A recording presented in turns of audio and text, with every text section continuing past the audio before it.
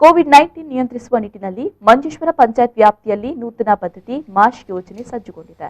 ಪಂಚಾಯತ್ ವ್ಯಾಪ್ತಿಯಲ್ಲಿ mask, sanitiser, ಸಾಮಾಜಿಕ ಅಂತರ ಪಾಲಿಸುವಂತೆ ಜನರಿಗೆ ಮನವರಿಕೆ ಮಾಡಲು ಮಂಜೇಶ್ವರ ಪಂಚಾಯತ್ ಅನ್ನು ಕೋವಿಡ್ 2ನೇ ಅಲೆಯಿಂದ ಸಂರಕ್ಷಣೆ ಮಾಡಲು ಪಂಚಾಯತ್ ವ್ಯಾಪ್ತಿಯಲ್ಲಿ ಶಾಲಾ ಅಧ್ಯಾಪಕರನ್ನು ನೇಮಿಸಿ ವಾರ್ಡ್ ಮಟ್ಟದಲ್ಲಿ ತಿಳುವಳಿಕಾ ತರಗತಿ ಜನರನ್ನ ರೋಗದಿಂದ ಸಂರಕ್ಷಿಸಲು ಬೇಕಾದ ಯೋಜನೆಗೆ ರೂಪುರೇಷೆ ನೀಡಲು ಸಭೆ ನಡೆಸಲಾಯಿತು.